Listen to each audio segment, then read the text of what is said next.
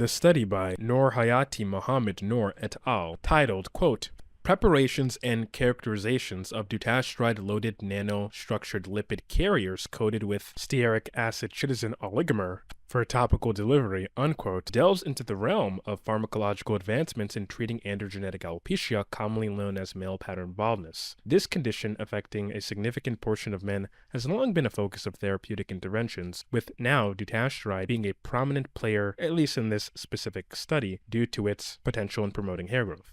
So the crux of this research lies in encapsulating dutasteride within nanostructured lipid carriers, essentially tiny particles that can transport the drug directly to hair follicles, minimizing its systemic spread and boosting the localization of treatment. The innovation doesn't stop here. These carriers are coated with a blend of stearic acid and chitosan oligomer, both which enhance the delivery mechanism. So in layman's term, imagine dutasteride as a passenger on like a very small bus. The nanostructured lipid carrier would be that bus. And this bus, which is specifically designed to navigate into tiny roads, being these hair follicles, are better than a regular vehicle, so a typically sized vehicle. The bus is then coated with a special layer, the stearic acid chitosan oligomer, that helps it stick to the roads better, ensuring the passengers reach the exact destination, being the hair follicle, and they don't wander off elsewhere in the body. So essentially, it's an effective means of putting dutasteride into this vehicle that can penetrate through the skin and go directly to the hair follicle. At least in theory. Noor Hayati Mohammed Noor and colleagues conducted an extensive array of tests to optimize this tiny bus, this nanostructured lipid carrier. These researchers varied the amounts of stearic acid and chitosan oligomer used in the coating of these nanostructured lipid particles, and they meticulously observed how these variations affected the size, charge, and stability of the carriers. It was found that the coating not only changed these properties, but also ensured that the carriers were stable over time and released dutasteride at a controlled rate. So in theory, this is a pretty good sign that we can put dutasteride into this chitosan oligomer and stearic acid coated nanoparticle that we can deliver to the scalp, and it should, again in theory, go directly to the hair follicle and have a sustained presence in the scalp, which could be very beneficial. So analyzing the data from the study, we can delve into several technical aspects that underpin the researchers' validity and robustness. So when it comes to particle size and zeta potential measurement, the researchers utilized dynamic light scattering, or DLS, for measuring particle size and zeta potential. DLS is a reliable method for determining the size distribution profile of small particles in suspension or polymers in solution. So what we can see in the data is that there is a shift in mean particle size upon coating from approximately 187 nanometer up to 220 nanometer, and then up to 230 nanometer for different concentrations of the coating, which indicates a significant change due to the coating process. So as they experiment with different coating of stearic acid and chitosan oligomer, they're noting the change in these nanoparticles' lengths. Moreover, the zeta potential values, and for those of you who don't know, and I'll do a quick explanation right now, zeta potential is a measurement of the electrical charge on the surface of particles in suspension, indicating their stability and interaction potential. Now, when it comes to skin penetration, zeta potential is significant because it affects the interaction between particles, like drug carriers, and the skin surface. So a suitable zeta potential can enhance the affinity for particles for the skin, improving the delivery and absorption of active ingredients into deeper skin layers. For example, positively charged particles might effectively interact with negatively charged skin components, leading to better penetration and increased efficacy of topical treatments. And in this study, the zeta potential values of these nanoparticles that are coated with chitosan oligomer and stearic acid was found to shift from negative values to positive values upon coating, which signifies that the surface modification of these nanoparticles were successful. And this, again, is crucial for the intended interaction of the carriers with the negatively charged hair follicles. So in layman's terms, You can imagine this being like measuring the size and electric charge of a tiny balloon. In this case, that tiny balloon is the nanoparticles. The size change after coating shows that the balloon got a new layer, and the change in electric charge indicates that the layer sticks well to the skin and the hair follicle and can interact effectively with said hair follicles. Now, the researchers also did some morphological analysis using transition electron microscopy, or TEM. So this TEM tool provided high-resolution images that confirmed the spherical nature of the nanoparticles. This method's strength lies in its ability to visualize the morphology and the structural properties of the nanometer scale.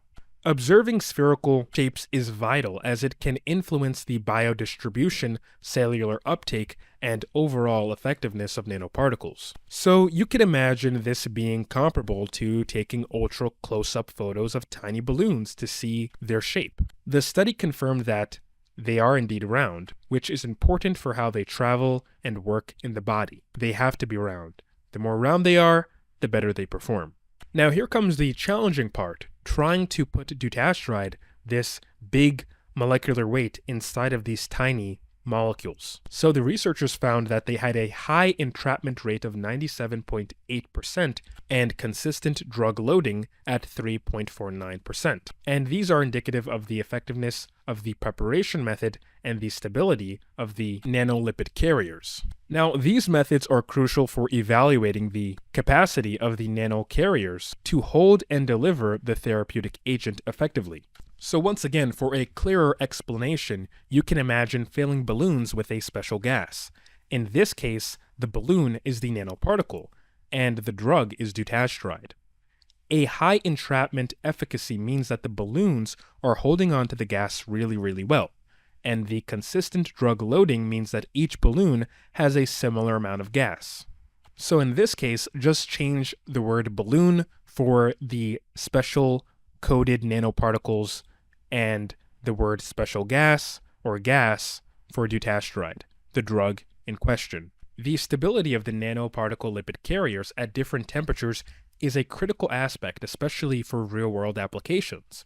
The observations noted that when the nanolipid carriers are coated with higher concentrations of the stearic acid chitosan oligomer, these particular nanoparticles showed aggregation at 25 degrees Celsius, but not between 4 to 8 degrees Celsius, and this is crucial. This suggests that while the formation is stable at the lower temperatures, its stability decreases at room temperature, which could impact storage and handling requirements. So essentially, aggregation is how things stick together. So at 25 degrees Celsius, these nanoparticles tend to stick together, and we don't really want that. We want them to retain their structures and be somewhat separate while they're in some sort of solution together. So going back to that balloon analogy, this is like checking if balloons stay intact and don't stick together in different rooms of a house, representing those different temperatures. In some rooms with higher temperatures, the balloons started to stick together. And in some rooms with cooler temperatures, balloons retained separation and did not stick together. We can observe that as we go room to room, and as the temperature becomes warmer, the balloons eventually come together and stick together more and more. And this is what we don't want for either our balloons and especially nanoparticle lipid carriers. So these same researchers went on to look at the in vitro, so out of the body, release studies. What they observed was that the rapid release observed in the first 12 hours of all formulations with the uncoated nanoparticle lipid carriers showing the fastest release rate is significant. It suggests that there is a potential for a quick onset of action, which is desirable in topical applications. However, the difference in release rates between coated and uncoated nanoparticle lipid carriers also highlights the impact of the coating on the release kinetics. So going back to that balloon analogy again, these in vitro release studies are supposed to test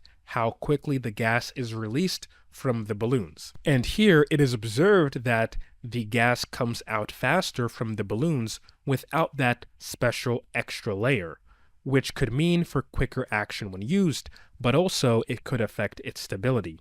So applying that to our stearic acid chitosan oligomer layered nanoparticle lipid carriers, the researchers observed in the in vitro studies that the uncoated particles tended to release dutasteride faster than the coated ones. And this isn't exactly what we want, because we want for the drug to be controlled and released over time so it's more efficacious. And we know from other studies that dutasteride has a long half-life, but we'll touch on that a bit later. So now we have to see what they used in the in vitro study. So they used a pig ear to simulate human skin. So using pig ears as a stand-in for human skin was a strategic choice due to its anatomical and physiological similarity to human skin. The fact that no dutasteride was detected in the receptor chamber after 48 hours is a critical finding, as it implies minimal systemic absorption and thus minimizing potential side effects. However, it's worth noting that in vitro models, while indicative, cannot fully replicate the complexity of in vivo conditions. So to be honest, I'm kind of baffled why they didn't get a sample of human skin to use this particular, special nanoparticle lipid carriers on. It seems kind of weird. And because we like balloons so much, we're going to go back to using a balloon analogy. So this part is like testing the gas from the balloons that can move through a barrier similar to human skin. In this case, using pig ears as a stand-in. The good news is that the gas didn't go through the barrier too much, which means less chance of it affecting other parts of the house, or in this case, other parts of the body. But we don't really know for sure because we need to test this in vivo to see if that's actually the case. And in vivo means in the body, or of the human body, or of a body. In vitro essentially means outside of the body, in some sort of artificial environment, a petri dish of some kind. And here that outside environment is the pig ear. When it comes to cytotoxicity, the study revealed that encapsulating dutasteride in nanoparticle lipid carriers significantly increased maximum non-toxic concentrations, suggesting a potential safer profile compared to dutasteride alone. This aspect is crucial for therapeutic applications as it indicates a lower risk of adverse effects. So again, because we love balloons so much, going back to the balloon analogy once more, this is about making sure the gas in the balloons isn't harmful to the cells. And the study showed that the way that the drug is packaged in the balloons makes it safer to the drug on its own. And this is not to say that dutasteride is toxic to your cells. This is just done in general practice to see not only if dutasteride is toxic to your cells, but if the nanoparticle lipid carriers, those nanoparticles themselves, are toxic to the cells as well. I hope these explanations are informative to understanding the methodology used in this study. Anyway, moving on. One of the most critical aspects of this study is its focus on the safety and effectiveness of the delivery system. The researchers went to great lengths to demonstrate the nanostructured lipid carriers, once applied topically, wouldn't allow dutasteride to seep through the pig ear and potentially into the bloodstream, thereby reducing the risk of systemic exposure and also possible systemic side effects. However, every study has its limitations and areas for further exploration. And while the findings of Norhati Mohammed Noor et al. Are promising, they are primarily based on in vitro, or outside of a living organism, tests. How this delivery system performs in real-life scenarios, particularly on human subjects, remains to be seen. Furthermore, while the focus on avoiding systemic side effects is commendable, the actual efficacy of dutasteride in promoting hair growth via this new delivery system wasn't conclusively established in this study. So I wish they used human subjects. Maybe in the future they're going to be using human subjects, who knows? But that would show us more in regards to dutasteride in this special, delivery system being efficacious. Also, it could tell us a treatment duration and frequency. Maybe we don't have to use this thing daily, like with finasteride and dutasteride oral. Maybe you can just put this sort of solution onto your scalp once a week, twice a week, who knows? Another point of interest is the potential of stearic acid, a component of the carrier, in promoting hair growth independently. The study hints at this possibility, but more so focused on the research that would be needed to explore this aspect. So, in summary, the study by Noorihati Mohammed, Noor, and colleagues represents a significant step forward in the realm of targeted drug delivery, specifically in treating androgenetic alopecia. The innovative approach using nanostructured lipid carriers coated with stearic acid and chitosan oligomer blend for topical delivery of dutasteride opens new doors in the field of dermatological therapeutics. This study highlights the potential benefits for localized treatment strategies over systemic ones, especially in terms of minimizing, although very rare, potential side effects. However, the journey from a promising in vitro study to a clinically proven treatment is long and requires further exploration, particularly in the realm of human trials and long-term efficacy studies. So yeah, that was a lot to read.